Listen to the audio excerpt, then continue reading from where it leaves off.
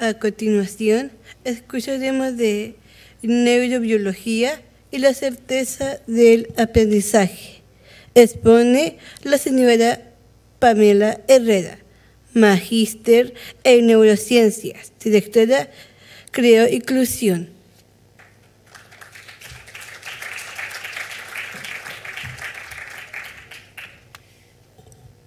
Yo sé que están todos muy cansados y que me toca la difícil misión de cerrar esto de la manera, ojalá, más coloquial para que no sea un tedioso final.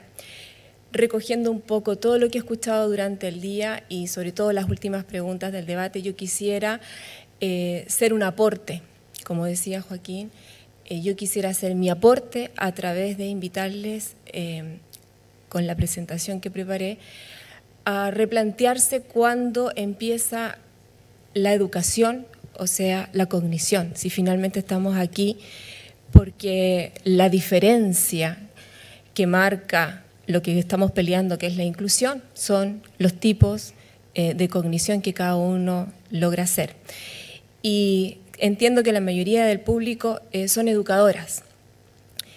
Y por supuesto las educadoras tienen un acercamiento, entiendo la mayoría, no todos, distinto a lo que yo voy a hablar hoy día, en el quehacer finalmente no es tan distinto, pero la teoría que tienen que aprender se aleja un poco de lo que yo quisiera reconectarlos desde mi presentación.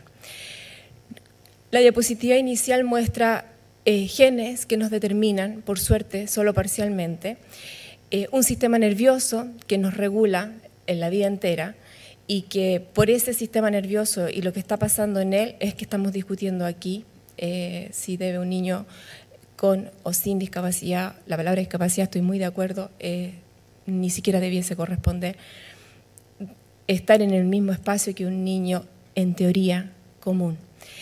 Y el título dice desde la neurobiología y la certeza del aprendizaje precisamente porque ese sistema nervioso, entendiendo el aprendizaje como yo quiero que lo entendieran esta tarde, en todos nosotros obviamente, que lo hemos repetido toda la tarde, funciona distinto. Va a operar distinto, va a traducir señales distintas. Cuando cualquier niño nace, es tan vulnerable como lo que allí se ve, pero si nadie dijo ningún diagnóstico, si nadie observó ninguna rareza, todos apostamos que lo logra todo. Y todos proyectamos en ese niño una alta cognición, grandes títulos universitarios, gran desarrollo personal, etcétera, etcétera. ¿Por qué? No lo sé. Por una convención nada más, porque ¿quién me dice que ese cerebro, que está absolutamente inacabado al nacer desde el neurodesarrollo, va a responder como yo quiero? Entonces, a priori, como todos han dicho en la tarde, prejuiciamos lo bueno y lo malo. Y prejuiciamos desde un estigma, un diagnóstico también.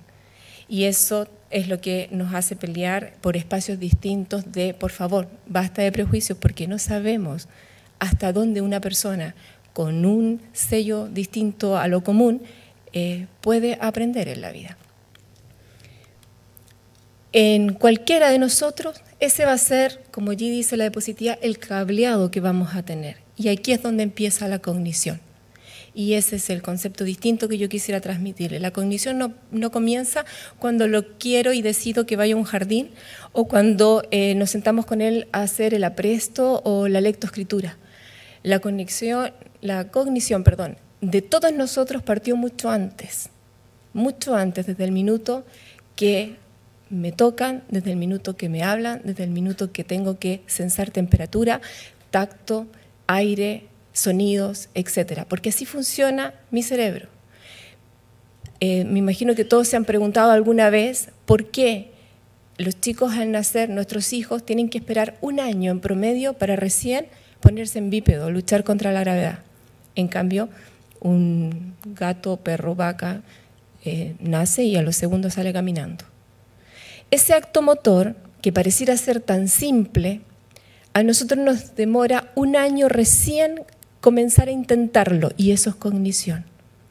¿Y por qué un niño no lo logra muchas veces en ese periodo estandarizado, porque su cerebro está operando de una manera distinta, porque no recibió el estímulo adecuado, porque su sensorio está operando de una manera distinta, porque la cognición parte desde las señales que estoy traduciendo, que finalmente todas se traducen en una respuesta que va a ser o un movimiento o una secreción de una determinada glándula. Entonces el movimiento que pareciera ser tan burdo es cognición. Allí parte el aprendizaje.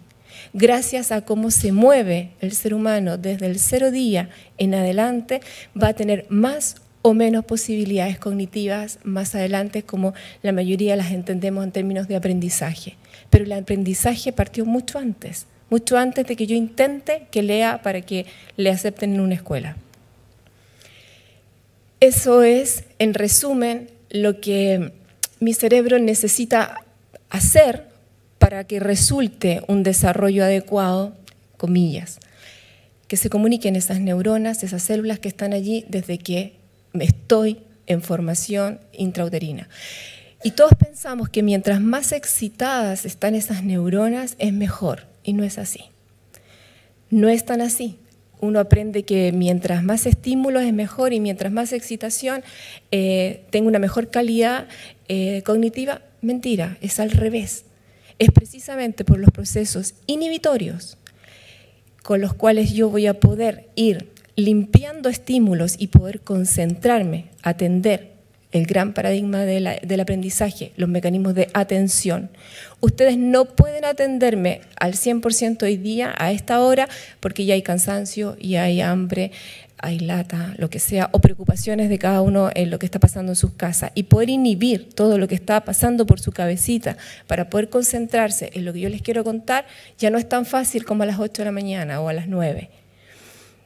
Eso es lo que en definitiva los educadores deben recordar, que es tan básico y es tan obvio cuando quieren abordar y enseñar una determinada tarea a un niño. ¿Cuántos recursos inhibitorios finalmente va a tener que ocupar este niño para que me atienda? Para que el estímulo que le estoy ofreciendo le signifique, como han dicho toda la tarde acá. Y yo entiendo la cognición más o menos como allí dice, no como la capacidad de leer a mayor velocidad muchos libros, responder a muchas preguntas complejas, llegar a hacer un doctorado en algún tema específico y luego un postdoctorado, etcétera, etcétera. La cognición desde el punto de vista neurobiológico es cualquier proceso desde que me están tocando en los primeros meses de vida que me permiten ir traduciendo el contexto en el cual yo me voy a tener que desenvolver. Y así empieza. Por eso yo decía, quiero cambiar un poquito la visión de lo que es cognición y aprendizaje. El aprendizaje parte desde nuestro sensorio. Cuando el niño empieza a sentir, tiene la necesidad de moverse. Cuando empieza a sentir, tiene la necesidad, su cerebro, de elaborar una respuesta. Sentir desde lo más básico, comillas, que no es básico, sino que es fundamental, como el tacto. Y luego, como ustedes ven allí en la diapositiva, el producto final de todo ese recorrido que hace el neurodesarrollo es lo que estamos peleando hoy día, un sujeto autónomo, autoconsciente, con capacidad de decidir y ojalá con los espacios abiertos para decidir dónde entrar. Mi cerebro funciona más o menos así y hay 3 reguladores importantes que determinan cómo yo voy a poder resolver ese contexto. Tengo distintos sistemas que me permiten, como allí dice, atacar o huir y eso es un mecanismo de preservación que todos tenemos. Y luego mecanismos un poquito más elaborados que me van a permitir lo que marqué allí, recursos de memoria. Y ahí empieza la pelea de los educadores con los recursos de memoria. ¿Cómo hago que él memorice y no olvide lo que trato de enseñarle? Y vuelvo a lo mismo majaderamente. Los recursos de memoria de todos nosotros nacen desde que me estoy moviendo y en la escala filogenética se nos olvida porque somos tan distintos, entre comillas, al resto de los animales. Cuando yo hago la clase y pregunto esto a los alumnos, todos me dicen, obvio, porque pensamos, porque razonamos. Y no es así. Nosotros somos distintos porque nos ha crecido, como muestra esa diapositiva, lo que llamamos el neocórtex. Eso fue lo que en la evolución fue cambiando. ¿Y qué hay allí? Allí hay funciones motoras, pero hay una función que nos determina, que es la emoción. Nosotros somos capaces de razonar después y de elaborar grandes cogniciones porque nos emocionamos distinto. No quiere decir que los animales no lo hagan. Nos emocionamos distinto y estamos brutalmente determinados por eso. Nadie que no esté motivado en lo que yo le estoy contando va a recordar lo que les quiero transmitir. La motivación es brutal dentro de los mecanismos de atención y la atención es importantísima en los mecanismos de memorización y eso es base, como ustedes saben, para el aprendizaje. Y cuando empieza esta historia, es tan obvio que también se nos olvida. Cuando el hombre logra el bípedo, ¿qué pasa? Fundamentalmente, libera esto. Entonces, ¿cuál es la diferencia que finalmente marca que empieza a crecer esto por una necesidad biológica, que tienen que haber más conexiones? Empieza a usar las manos. Lucho contra la gravedad y uso las manos. El hombre logra hacer una cognición distinta por esto, por la liberación que hace de las extremidades superiores con las cuales puede construir una idea, puede elaborar cosas distintas, puede relacionarse y adivinen dónde están los mecanorreceptores más concentrados respecto de tacto, temperatura, texturas, etc. Aquí. Es la palma de la mano la que me permite, mientras más la use, mientras más explore, generar memorias, generar recursos cognitivos que me van a preparar para más adelante. El flujo informativo al cual todos nosotros tenemos que exponernos para esto son, como dije antes, atención y motivación. Y busqué esa foto que grafica súper bien. La motivación de él es comer sushi, pero con un mecanismo motor súper complejo. Fíjense lo que ustedes bien saben, la coordinación que debe hacer óculo-manual, el grado de regulación que debe hacer con los pelitos para poder lograr su objetivo. Una vez de tanto ensayarlo, tanto ensayo y error, a él nunca más se le va a olvidar. Pero no lo lograría si no le gusta el sushi, si no está motivado en la tarea motora que le está permitiendo desarrollar esto. Este esquema resume lo que les acabo de decir. Todo en lo nuestro, que se traduce inicialmente como una respuesta a movimiento, el movimiento resulta. Y aquí viene la analogía que ojalá me resulte hacer, no soy muy buena para eso. Así como un movimiento resulta, después de que mi cerebro fue preparando el camino para ello, integrando distintas áreas, usando todo el sensorio para traducir la información, la inclusión va a resultar. Una vez que todos hayan vivido procesos de neurodesarrollo óptimos, sanos, con los estímulos adecuados, independiente del título, del diagnóstico, de tener o no tener plata, tener o no tener oportunidades. Porque es tan simple, y ahí yo decía, mi granito de arena es que todos los que estamos aquí somos, después de escuchar todo el día las distintas ponencias, responsables de transmitir cualquier reflexión, y ojalá sean muchas, que nacen a partir de este seminario. Y la que a mí me encantaría que ustedes reflexionasen es, desde lo más simple, cuánto las educadoras están haciendo que los chicos exploren con las manos, hagan con las manos, testeen con las manos y con el movimiento. Con eso asociado, por supuesto, a la tarea cognitiva determinada que ustedes quisieran reforzar. Solo el personaje que hace todo ese mecanismo de redes neuronales que deben ir madurando, despertando, logra esa capacidad motriz que yo muestro allí, que por ahí está el artista muy cansado por lo demás, que es Pedro, que logra dominar una tabla de surf que yo no podría. Los recursos de integración sensorial que cada uno va haciendo son los que han descrito la literatura y tiene una plataforma que nunca olvida, el tacto. El tacto es fundamental dentro de los procesos del neurodesarrollo.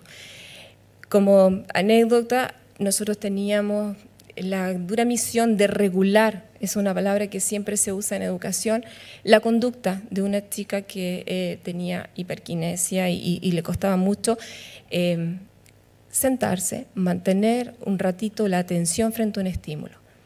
Bastó con que le sacáramos los zapatos, y estuviera en el centro solamente con pantufla para que ella regulara eso y lográramos los mecanismos de atención que queríamos. Solo con algo tan simple, sácale los zapatos.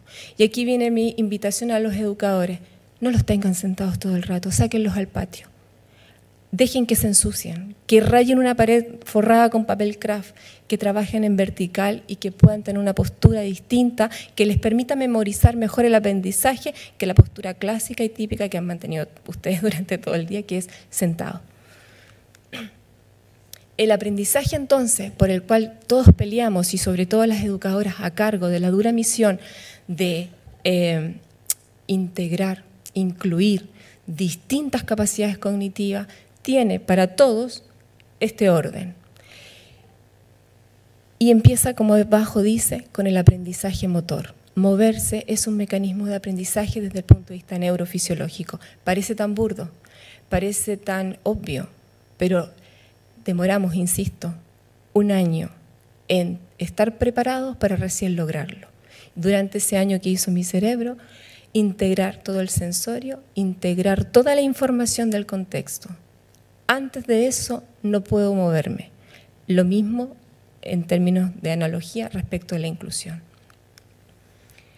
Y el aprendizaje, lo dijeron ustedes más de una vez, tiene muchas formas y la propuesta Forenstein dice eso, miles de maneras. Pero por inercia uno repite un esquema, porque es más fácil, por supuesto. Por el tiempo, por miles de razones, repetimos un esquema. Y yo, en términos generales, les puedo contar que no solamente con los chicos con síndrome de Down, sino que con muchos chicos que tienen distintas necesidades educativas especiales lejos, la forma más rápida de llegar a ellos es el vicario, es mostrando, modelando, más que diciendo, porque siempre hay un deterioro auditivo. Siempre está asociado a alguno, en distintas medidas, grado de hipoacusia o alteraciones auditivas que van a impedir que él procese la información a la velocidad que ustedes quieran y que la retenga también. Pero si le muestro, gano tiempo y es mucho más fácil para él comprender la consigna o para ella.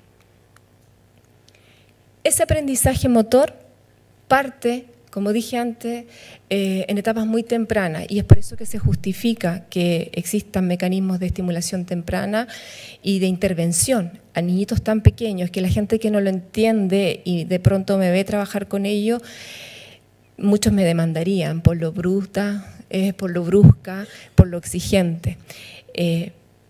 Eso tiene una razón de ser. Yo quiero despertar reflejos porque sé que esa es la conducta natural dentro del neurodesarrollo. Si despierto reflejo, voy a despertar respuestas que al principio van a ser reflejas, pero luego va a haber memorias motoras, va a haber aprendizaje motor. Lo que ustedes ven allí, una de las trampas que yo le hacía a los alumnos cuando hacía la clase, según los libros, un chico que esté en esa posición debiese tener más o menos mínimo 5 o 4 meses. Mentira, él no alcanzaba a tener ni un mes, pero esa respuesta refleja. Y me interesa sacarla antes de lo que dice el neurodesarrollo natural, porque con él sé que va a ser más difícil el aprendizaje motor. Entonces, eso es lo que uno enseña a una madre y desde allí ella está haciendo aprendizaje. No quiero detenerme acá.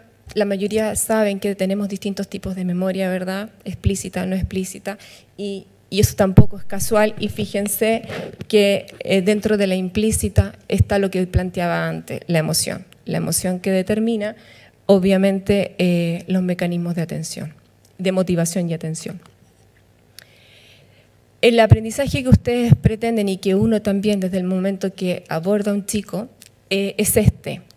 Uno quiere elaborar en ellos distintos recursos de estrategia para que de lo cognitivo puro empiece a ser asociación, haga el aprendizaje asociativo, lo que las educadoras llaman la extrapolación del aprendizaje, que él es capaz de traducirlo en cualquier parte, de reproducirlo en cualquier parte, hasta lo que todos luchamos, la autonomía.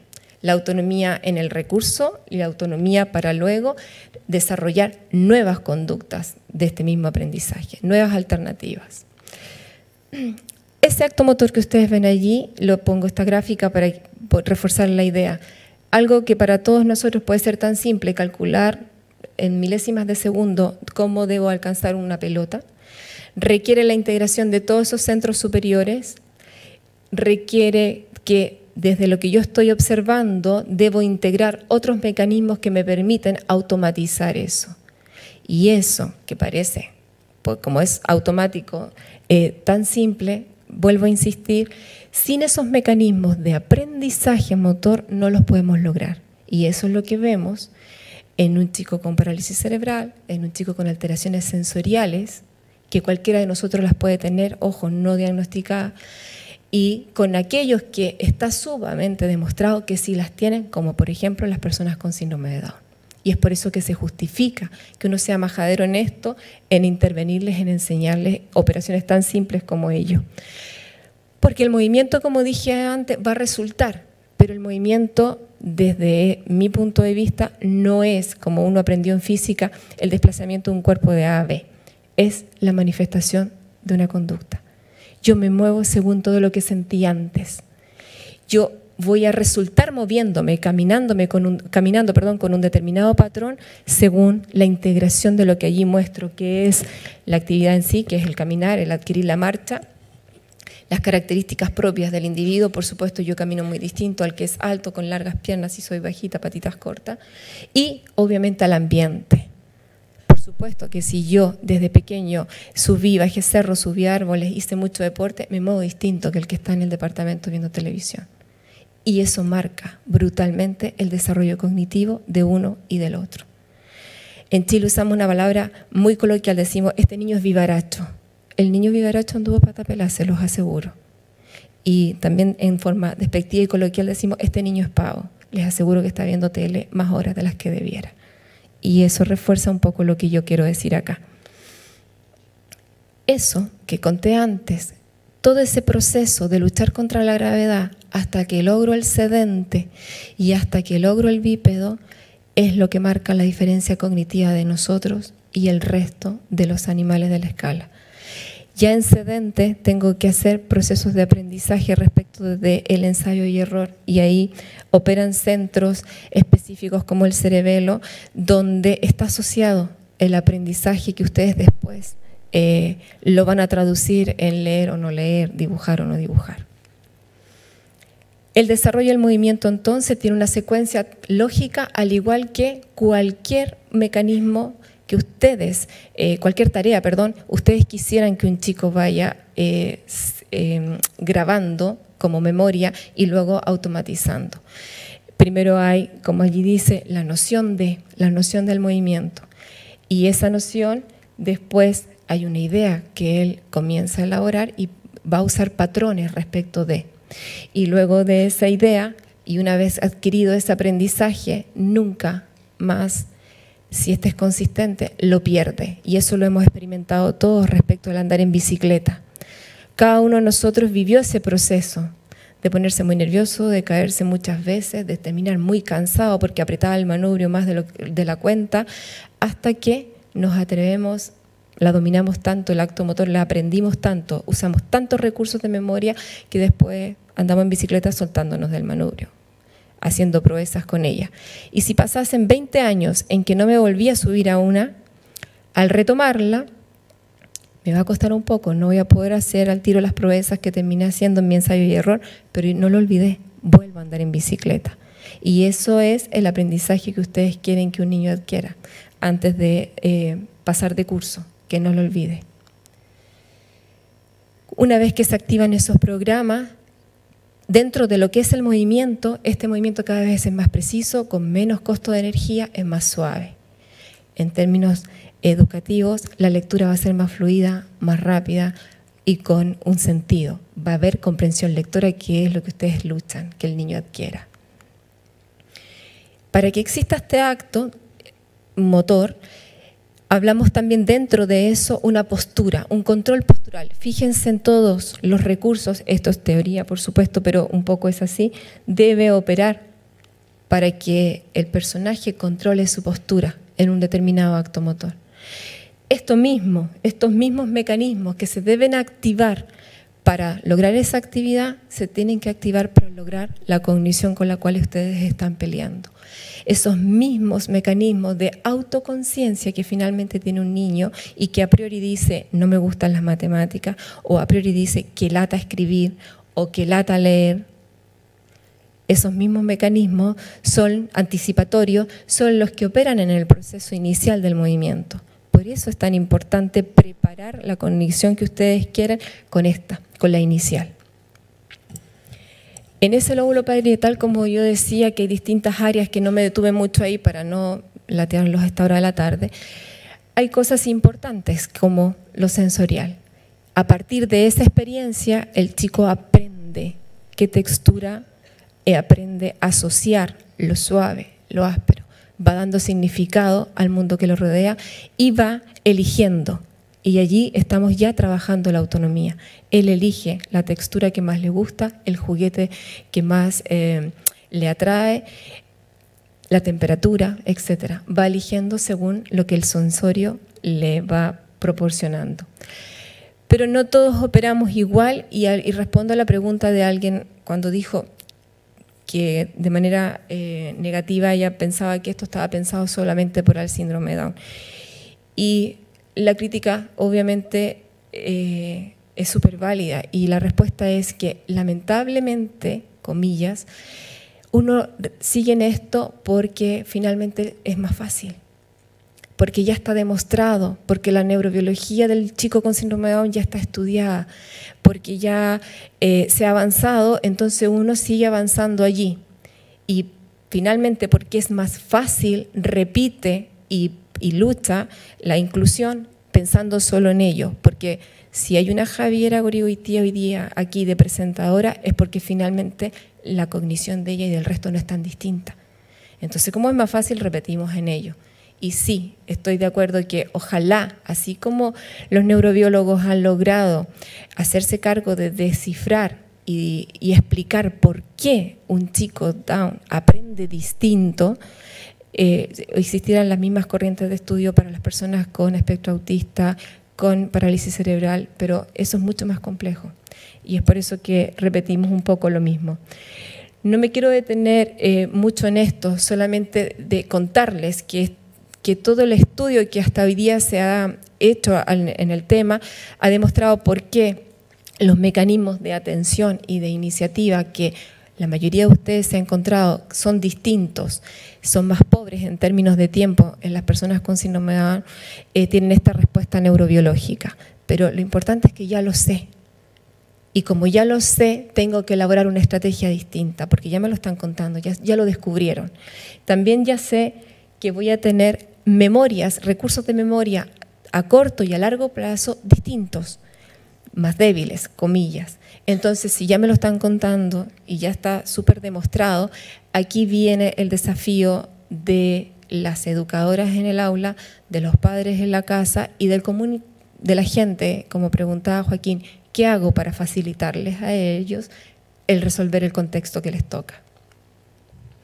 Lo mismo respecto de, perdón, ahí está la idea de la memoria a largo plazo, que yo quiero ir rápido para no latearlos, ya lo había dicho. Y bueno, todo lo que es lo que hace la gran brecha y marca la diferencia, todo lo que es correlación y análisis y todo lo abstracto también está demostrado por qué les cuesta tanto.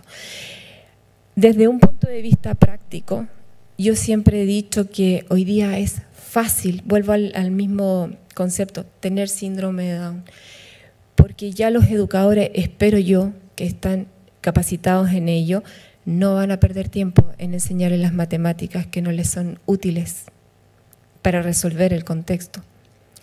Y están centrados en simplificarles el acercamiento a este mecanismo abstracto que llamamos matemática y le enseñen lo que de verdad le va a servir el día de mañana para resolver el contexto. Siempre doy el ejemplo que a mí no me sirve de nada haber aprendido y memorizado alguna vez que la raíz cuadrada de 9 era 3. Si hoy día existen modelos de enseñanza para ellos que tienen síndrome de Down donde insisten en ese tipo de memorizaciones que finalmente no sirven para nada en la práctica, es donde les invito a reflexionar. Si ya sé que la correlación y el análisis no es fácil, lo tengo que facilitar al máximo desde la utilidad. Volvemos a lo mismo, de lo que el niño le hace sentido. Entonces la matemática que él pueda usar el día de mañana para saber cuánta plata necesita para comprarse lo que quiere, o para pagar el autobús, o cuánto vuelto debiesen darle si paga con tanto, es esa la matemática que necesita. Y enseñada de la manera más concreta, como ustedes bien saben. El objetivo inicial de revisar esto, y aquí ojalá pudiera yo hacerlo respecto del universo de personas que tienen la necesidad educativa especial, y no solamente el síndrome de Down, es qué vamos a hacer para hacernos cargo de formalizar las necesidades de cada uno en términos de reconocer que va a aprender distinto, a un ritmo distinto, con material distinto. No hacerse cargo es lo que yo puse allí. Ignorar esa necesidad y esa realidad es contribuir al subdesarrollo educativo. Y el subdesarrollo educativo para mí no es más que el subdesarrollo de un país. ¿Qué es necesario? Esta tarde lo hemos discutido, perdón, este día entero se ha discutido muy bien. El por qué, yo creo que ya nadie de los que estamos aquí lo discute. Todos tenemos la convicción de por qué hay que hacerlo. El para qué también. Y en el cómo es donde seguimos y vamos a seguir necesitando ayuda y haciendo cada vez los sistemas más perfectibles. El por qué, lo dije antes, porque la neurobiología no nos determina, el código genético nos determina solo parcialmente y es el ambiente el que va a generar los cambios sustanciales en cada uno de nosotros en todo nuestro desarrollo. Eso como primera certeza. Y la segunda es que ya aprendimos que nuestro sistema nervioso central, que es el gran determinante, es plástico hasta el último segundo que yo respiro. Por tanto, la posibilidad del cambio es siempre, independiente que hay periodos críticos, ¿verdad?, dentro del neurodesarrollo donde voy a lograr avanzar más y mejor. Nadie puede asegurar que no va a existir un cambio neurofisiológico a los 40, a los 50, a los 60, a los 80. Por el contrario, es casi obvio que debe haberlo. ¿Y para qué? Bueno, para lo que hemos querido hacer este seminario en definitiva. El seminario tiene ese sentido, que nos sentemos a conversar. ¿Qué inclusión estamos haciendo? ¿Es real? ¿De verdad estamos peleando por un espacio real de integración y de inclusión?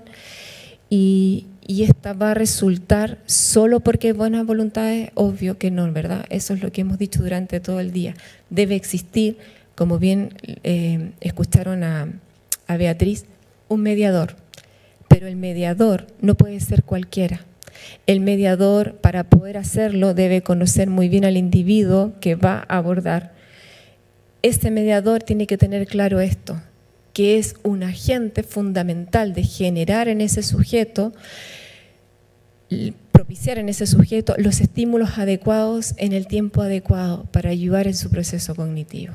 Y eso es lo difícil. Y yo sé que eso es lo más difícil, que eso requiere mucho tiempo, mucha dedicación y, por supuesto, mucha dedicación en un sujeto. Y podemos hablar de procesos de integración muy buenos, pero que lamentablemente no se pueden hacer masivos porque tenemos limitaciones humanas, que la observación, el tiempo de observación que se tiene para un niño es imposible que se tenga para el otro. Si ya hay cansancio, si ya estuve 3 horas preparando material para un chico, la motivación de esa educadora para prepararla para el segundo no puede ser la misma. El cómo, lo dijeron los papás, como Andrés que participó antes, no puede hacerse de otra manera si no hay, obviamente, participación de la familia, pero eso se cumple para con cualquier hijo. Y eso es lo que a mí me parece curioso, que aquí se ensalce tanto la participación de la familia. Yo no veo ninguna diferencia respecto de la educación de cualquier hijo. Siento que la familia no puede estar ausente en el proceso educativo.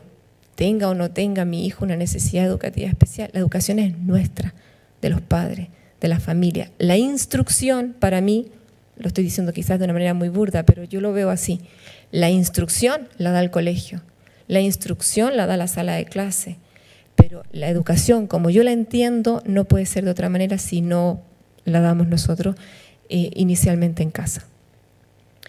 Y eso va a permitir que él se pare desde una plataforma distinta en el momento que vaya al aula y, por supuesto, después que salga de ella a pelear por un espacio laboral. Esa integración familiar no tiene necesariamente que ser sentarse todos los días a machacarles con tareas, como alguien decía por allí. Basta actos súper simples, donde las tareas sean acotadas y simples. Uno se pierde y piensa que allí no están aprendiendo, no están haciendo cognición, no se está educando. Por el contrario, eso es mucho más significativo a veces que las copias que alguien criticaba por allí. Y una vez que él tiene esas competencias, esa integración y participación dentro de cualquier aula, dentro de cualquier otro contexto, va a resultar. Porque ya preparé el camino inicial, como dije antes. Nadie puede no moverse si sintió durante el primer año de vida.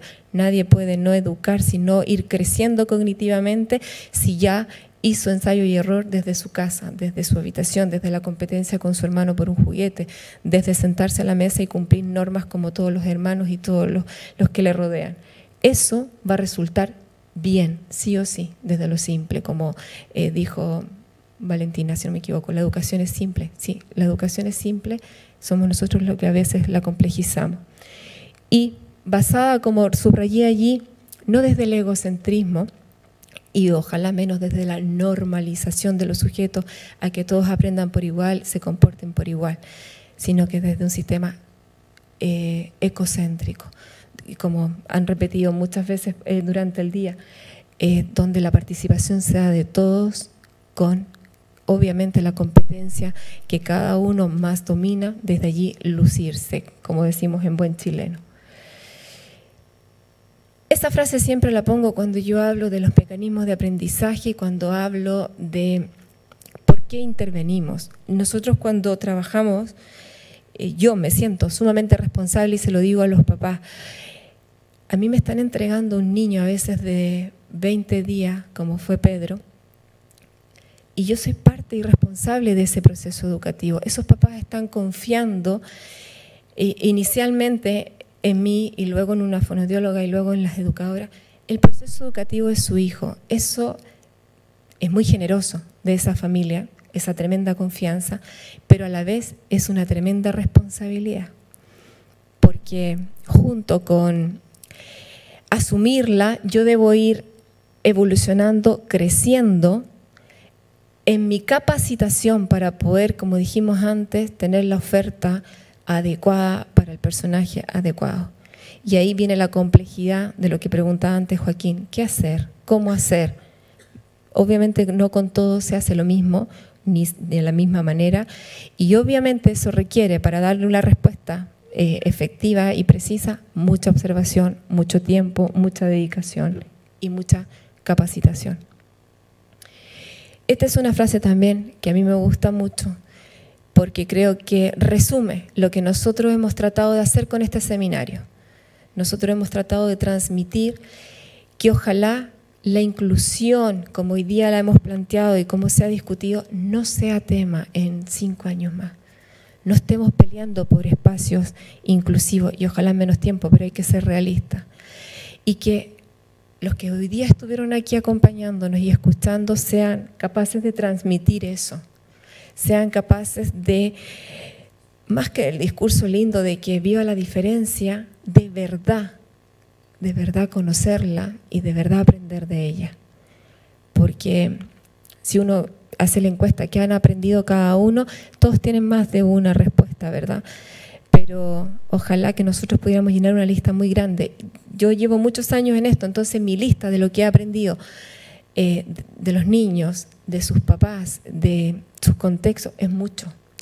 Y hace muchos años atrás, en el primer congreso que con la Fundación Sendas nosotros hicimos, en el Congreso de Chile, bien patudos nosotros en el salón plenario, lo dije proyectando un futuro no tan lejano en que yo agradecía, como Pamela Herrera, mamá en ese minuto de 3 hijos, hoy día han crecido a 5 el número de hijos, Agradecía a la vida la oportunidad de haberme puesto allí en ese lugar para trabajar con ellos y hacer de mis hijos esa educación y que para ellos fuera tan natural,